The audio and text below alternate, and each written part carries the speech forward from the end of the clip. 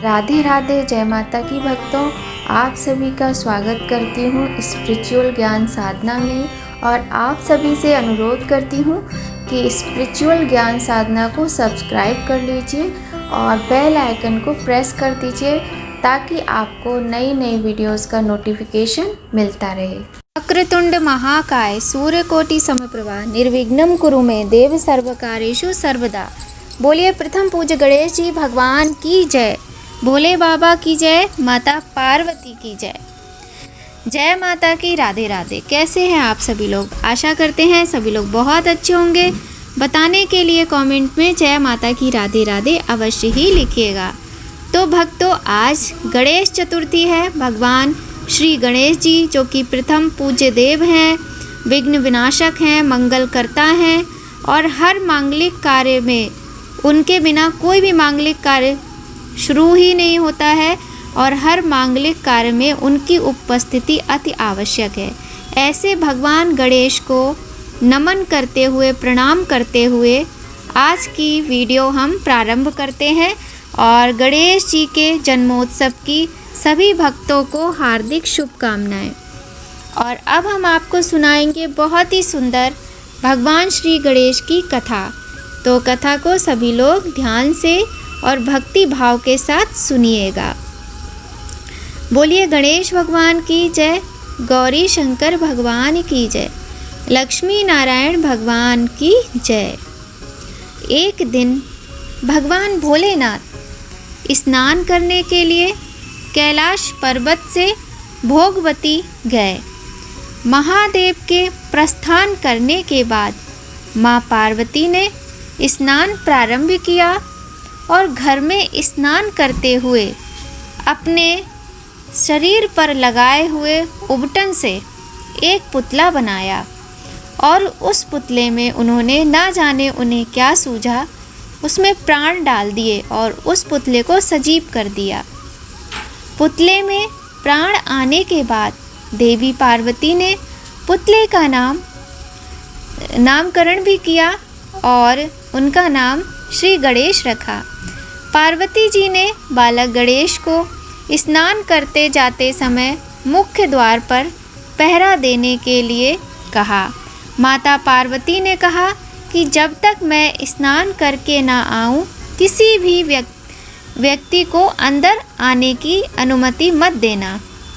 यही तुम्हारा कार्य है और तुम पुत्र यहीं पर रहो, कोई भी अंदर ना आ पाए जब तक मैं स्नान ना कर लूं। भोगवती में स्नान कर जब भोलेनाथ अंदर आने लगे तो बाल स्वरूप गणेश जी ने उनको द्वार पर ही रोक लिया।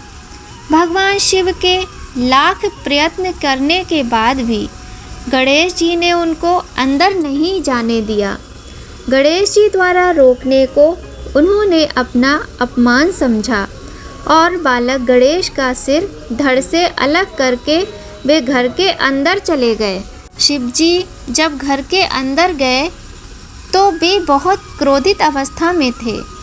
ऐसे में पार्वती माता ने सोचा कि यदि भोजन में देरी की वजह से वे नाराज हैं, तो उन्होंने 2 थालियों में भोजन परोसकर उनसे भोजन करने का निवेदन किया।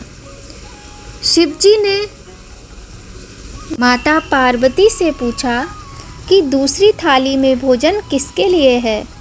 तब पार्वती जी ने जवाब दिया, दूसरी थाली पुत्र गणेश के लिए है जो द्वार पर पहरा दे रहा है। तब भगवान शिव ने देवी पार्वती से कहा कि वो तुम्हारा पुत्र है, मुझे तो पता ही नहीं था, और उसने मुझे अंदर आने से रोका, तो क्रोध में आकर मैंने उसका सिर उसके धड़ से अलग कर दिया। इतना सुनकर माता पार्वती अत्यंत दुखी हो गई और विलाप करने लगी। उन्होंने भोलेनाथ से कहा कि कुछ भी करके मुझे मेरा पुत्र चाहिए, चाहे आप कुछ भी कीजिए। और वह बहुत अधिक रुदन करने लगी और धीरे धीरे करके उन्हें क्रोध आ गया, और क्रोध में उन्होंने माता माता का उग्र रूप धारण कर लिया और सारी सृष्टि में लगा मानो जैसे प्रलय आ जाएगी। सभी देवी देवता वहाँ उपस्थित हो गए और जब सब ने श्री गणेश जी का कटा हुआ सिर देखा तो सब बहुत अधिक परेशान और दुखी हो गए और विचार करने लगे कि ये क्या हो गया और अब क्या होगा इस सृष्टि का। माता को इतना क्रोध था कि माता पूरे संसार को ख़त्म कर देती, पूरे संसार में प्रलय आ जाती। अब माता को रोकने के लिए ब्रह्मा जी ने, विष्णु जी ने भगवान भोलेनाथ से कहा, आप कुछ भी करके ये इस बालक को जीवित कर दीजिए। भोलेनाथ ने कहा कि ऐसा तो संभव नहीं है, किंतु माता पार्वती ने कहा, यदि आपने मेरा पुत्र मुझे वापस नहीं लौटाया तो मैं सारी सृष्टि को नष्ट कर दूंगी।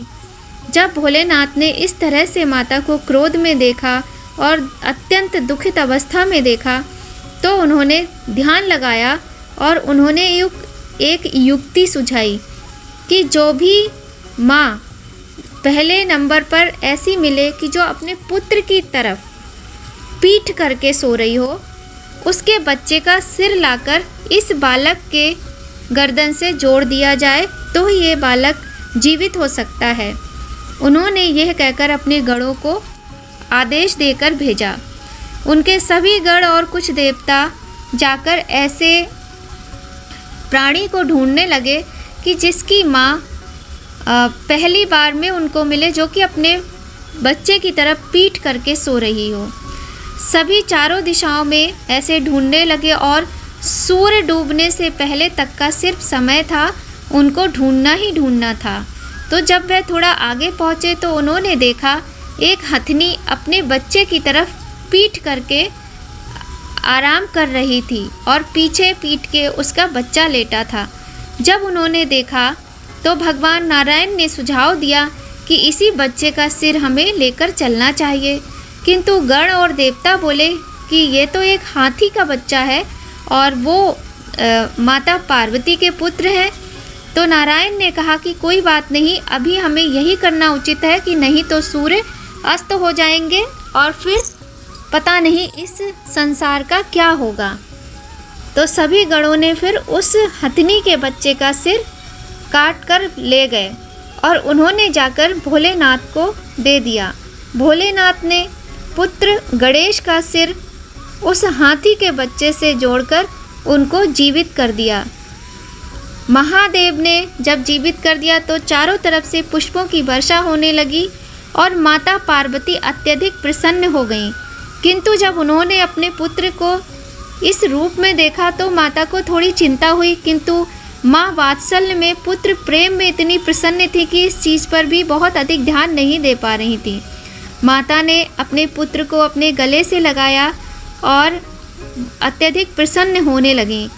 उसके बाद जब माता ने उसके सिर को लेकर चिंता जताई तो भोलेनाथ ने भगवान श्री गणेश को आशीर्वाद दिए। सभी देवी देवताओं ने आशीर्वाद दिए और उनके नाम भी रखे, जैसे गजानन, विनायक, श्री गणेश, अनेक नामों से उन्हें पुकारा गया, लंबोदर। इस प्रकार से नामों के साथ ही एक आशीर्वाद गणेश जी को और मिला और वो है प्रथम पूज्य देव होने का। तो इस प्रकार से हुआ श्री गणेश जी का जन्म। और जिस दिन श्री गणेश जी का जन्म हुआ था उस दिन भाद्रपद माह के शुक्ल पक्ष की चतुर्थी तिथि थी। उसी दिन से इस त्योहार को मनाया जाने लगा और भगवान श्री गणेश का जन्मदिन का उत्सव बहुत ही प्रसन्नता, हर्षोल्लास के साथ पूरे देश में मनाया जाता है। कथा आपको यदि थोड़ी भी अच्छी लगे तो लाइक कर दीजिएगा, चैनल को सब्सक्राइब कर लीजिएगा और बेल आइकन को प्रेस कर दीजिए। और हाँ, ये कथा मैंने आपको कहीं से भी पढ़कर नहीं सुनाई है, देखकर नहीं सुनाई है। ये कथा मैंने अपने मन से आपको सुनाई है, मतलब जो मेरी मम्मी ने मुझे सुनाई थी वो मैंने आपको सुनाई है। और साथ ही थोड़ा बहुत तो हम लोग जो टीवी सीरियल वगैरह आते हैं उनमें भी देखते हैं, तो ये मिली जुली कथा थी। अगर कोई गलती हो तो अनदेखा अनसुना कर दीजिएगा, क्षमा कर दीजिएगा। और आज की कथा में बस इतना ही। तो कथा पसंद आए लाइक कर दीजिए, चैनल पर पहली बार आए हैं तो सब्सक्राइब कर लीजिए और बेल आइकन को प्रेस कर दीजिए।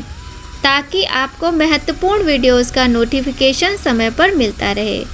तो भक्तों, आप सभी अपना प्यार, अपना सपोर्ट, अपना आशीर्वाद ऐसे ही बनाए रखिए स्पिरिचुअल ज्ञान साधना के साथ। फिर मिलेंगे आपसे बहुत जल्द नई कहानी में, नई जानकारी में, नई वीडियो में। तब तक सभी लोग खूब खुश रहिए, स्वस्थ रहिए, प्रसन्न रहिए, अपना और अपने अपनों का ख्याल रखिए। और हाँ, जय माता की राधे राधे कमेंट में लिखना बिल्कुल भी मत भूलिएगा। जय माता की राधे राधे।